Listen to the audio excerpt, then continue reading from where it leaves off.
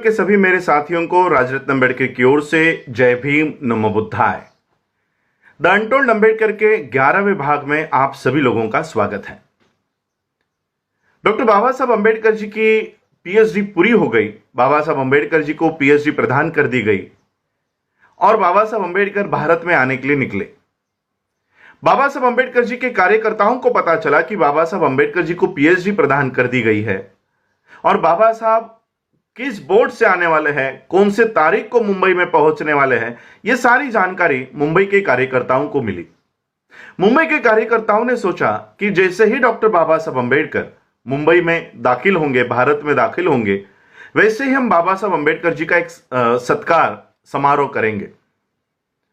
मुंबई के कार्यकर्ताओं ने बाबा साहब अम्बेडकर जी का सत्कार समारोह आयोजित करने का पूरा निर्णय ले लिया। यह बात घर पर मुंबई में बाबा साहब अम्बेडकर जी के पत्नी माता रमाई को पता चली। माता रमाई को पता चला कि मेरे पति आने वाले हैं, बाबा साहब आने वाले हैं और उनका सत्कार होने वाला है। माता रमाई ने इच्छा व्यक्त की कि मुझे मेरे पति का सत्कार अपनी आंखों से देखना है, बाबा साहब का सत्कार मुझे अपनी आंखों से देखना है। यह एक छोटी सी इच्छा माता रमाई ने व्यक्त की, लेकिन माता रमाई की एक बहुत बड़ी समस्या थी। माता रमाई की समस्या थी कि एक भी अच्छी साड़ी उनके पास बाबा साहब का वो सत्कार देखने, उस सत्कार समारोह में हाजिर होने के लिए एक भी अच्छी साड़ी उनके पास नहीं थी। जो साड़ी माता रमाई ने पहनी हुई थी वो 7 जगहों से फटी हुई थी और ऐसे फटे हुए साड़ी में बाबा साहब का सत्कार देखने के लिए जाए तो लोग बाबा साहब को ताना देंगे, बाबा साहब को बुरा भला कहेंगे कि देखो अपनी पत्नी को बाबा साहब कैसे रखते हैं। माता रमाई सोच रहे थे कि किस तरह से बाबा साहब का सत्कार देखा जाए। तब माता रमाई को याद आया कि कोल्हापुर के छत्रपति शाहू महाराज जी ने बाबा साहब का एक सत्कार करते समय एक पगड़ी, जिसे महाराष्ट्र में फेटा कहते हैं, वो पगड़ी, वो फेटा उनको पहनाया था और वो पगड़ी माता रमाई ने संभाल कर एक ट्रंक में रखी हुई है। माता रमाई ने वो ट्रंक खोला, वो पगड़ी निकाली और जहां जहां पर वो साड़ी फटी है वहां वहां पर लपेटकर माता रमाई डॉक्टर बाबा साहब अम्बेडकर जी का सत्कार देखने के लिए गई। अब बाबा साहब का सत्कार चल रहा है, पति का सत्कार चल रहा है, तो पत्नी ने मंच पर आकर बैठकर देखना चाहिए, लेकिन माता रमाई मंच पर नहीं आई। कम से कम पहले पंक्ति में बैठकर डॉक्टर बाबा साहब अम्बेडकर जी का सत्कार माता रमाई ने देखना चाहिए, लेकिन माता रमाई पहले पंक्ति में भी आकर बैठकर वो सत्कार नहीं देख रही थी।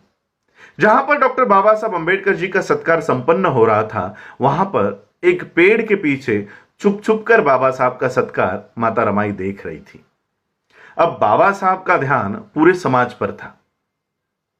उतने भीड़ में बाबा साहब ने देखा कि पेड़ के पीछे चुप चुप कर माता रमाई मेरा सत्कार देख रही है, और वो चुपकर ही क्यों देख रही है, इसकी वजह भी डॉक्टर बाबा साहब अम्बेडकर जी को पता चली कि माता रमाई चुप चुप कर मेरा सत्कार क्यों देख रही है।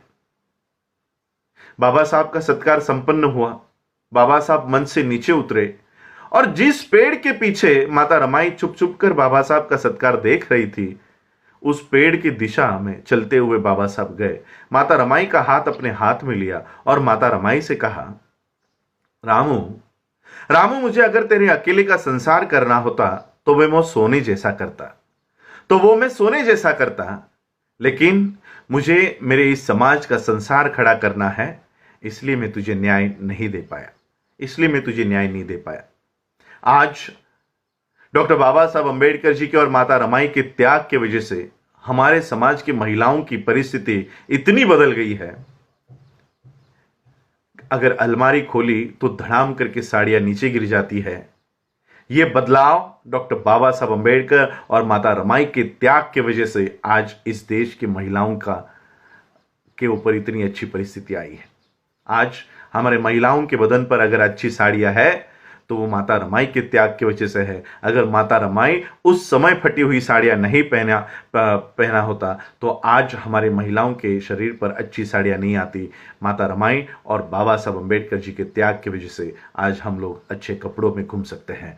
ये डॉक्टर बाबा साहब अम्बेडकर जी की एक अनकही बात आज आप लोगों के सामने रख रहा हूं। जय भीम, जय भारत, जय बुद्ध।